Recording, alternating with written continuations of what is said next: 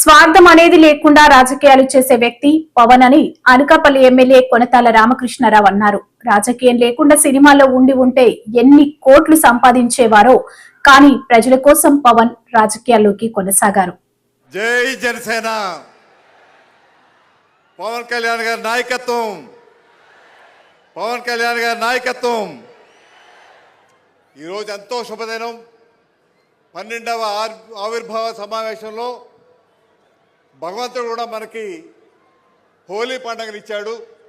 హోలీని ఎంత వైభవంగా ఆనందంగా చేసుకుంటామో మన 12వ ఆవిర్భావ దినోత్సవం కూడా ఆ విధంగా జరుపుకోమని భగవంతుడు ఈ రెండింటిని ఒకటే రోజు తీసుకురావడం అన్నది చాలా గొప్ప సందర్భం. ఈరోజు నాగబాబు గారు ఇప్పుడే మాట్లాడినప్పుడు చెప్పారు, ఈయన తల్లికి కష్టం లేకుండా పుట్టాడు మా తమ్ముడు అని చెప్పారు. అంటే అటువంటి పుట్టిక ఎవరికి వస్తుంది అంటే కారణ జన్ములకు వస్తుంది. కారణ జన్ముడు ఎవరంటే మన ప్రీతమ జననేత పవన్ కళ్యాణ్ గారు. మనం 2వ స్వతంత్ర పోరాటం చూసాం మొన్న ఎన్నికల్లో. అందులో ఒంటి చేతితో ఈ కురుక్షేత్ర మహాసంగ్రామాన్ని నడిపించినటువంటి నాయకుడు ఎవరైనా ఉన్నారంటే అది పవన్ కళ్యాణ్ గారు మాత్రమే అని చెప్పక తప్పదు. ఈరోజు కూటమి లేకపోతే అధికారం లేదు. కూటమి రావాలి, కూటమి ఏర్పడాలి, ఈ రాష్ట్రాన్ని ముందుకు తీసుకెళ్ళాలి, ఈ స్వర్ణాంధ్రగా మార్పు చేయాలి అనే ఉద్దేశంతో బీజేపీ, తెలుగుదేశం, జనసేన 3 కూడా కలిపినటువంటి మహనీయుడు. ఈరోజు కూటమి లేకపోతే మనం ఊహించుకోగలమా చెప్పండి? ఈరోజు కేంద్రంలో ప్రభుత్వం ఏర్పడడానికి, రాష్ట్రంలో ప్రభుత్వం ఏర్పడడానికి, ఈ రాష్ట్రానికి సంపద సృష్టించి విభజన వల్ల ఎంత నష్టపోయామో ఈరోజు అధికారంలోకి వచ్చాక ఆ నష్టాన్ని పూడ్చే కార్యక్రమం, సంపద సృష్టించేటువంటి నాయకత్వం ఈరోజు మన దగ్గర ఉంది. మొన్ననే ప్రధాని గారు చెప్పారు, మేరే సాత్ పవన్ హై అన్నారు. పవన్ నా చెంత ఉంటారని నాకు చెప్పారు వాళ్ళు, నా చెంత పవన్ ఉన్నారని. ఈ ఆంధ్ర రాష్ట్ర ప్రజలంతా ఈ పవన్ చెంత ఉన్నారనేసి మరొకసారి తెలియపరుస్తూ, ఈ సమకాల రాజకీయాల్లో స్వార్థం లేకుండా రాజకీయాలు చేసే వ్యక్తుల్ని ఈ మధ్యకాలంలో ఎక్కడా చూడటం లేదు. నేను మొదట ఎంతవరకు వెళ్తుందని అందరూ అనుమానాలు ఉంటే మాకు కూడా అనుమానం ఉండేది.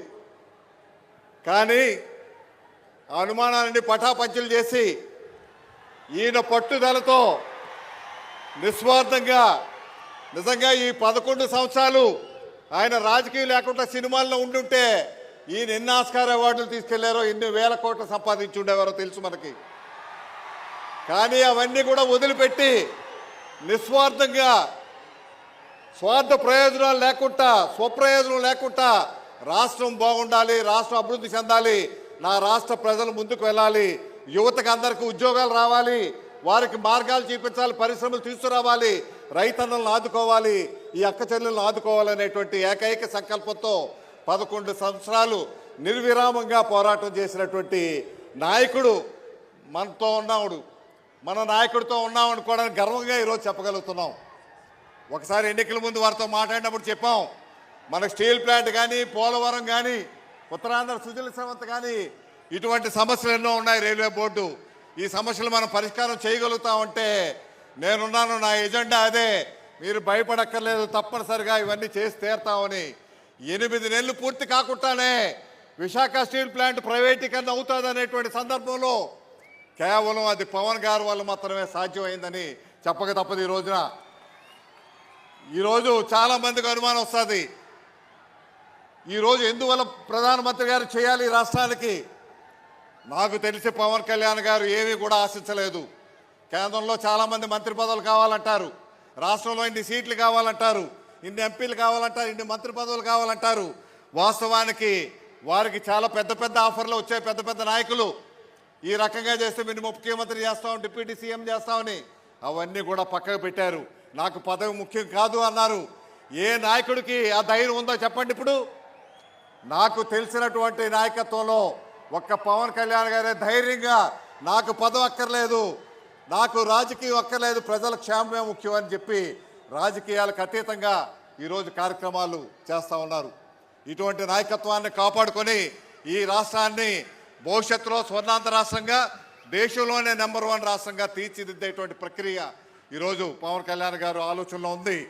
ఈరోజు నిజంగా వారు అడిగారు కాబట్టి ఈరోజు స్టీల్ ప్లాంట్ కానీ, పోలవరం ప్రాజెక్టు కానీ, లేదంటే అక్కడ అమరావతి కానీ, మరి రైల్వే జోన్ కానీ ఇవన్నీ కూడా అవుతా ఉన్నాయి. ఉత్తరాంధ్ర సుజల సెవంత్ అవుతా ఉందంటే వారు ఏ కోరిక కూడా ప్రధానమంత్రి గారిని వ్యక్తిగతంగా కోరలేదు కాబట్టే.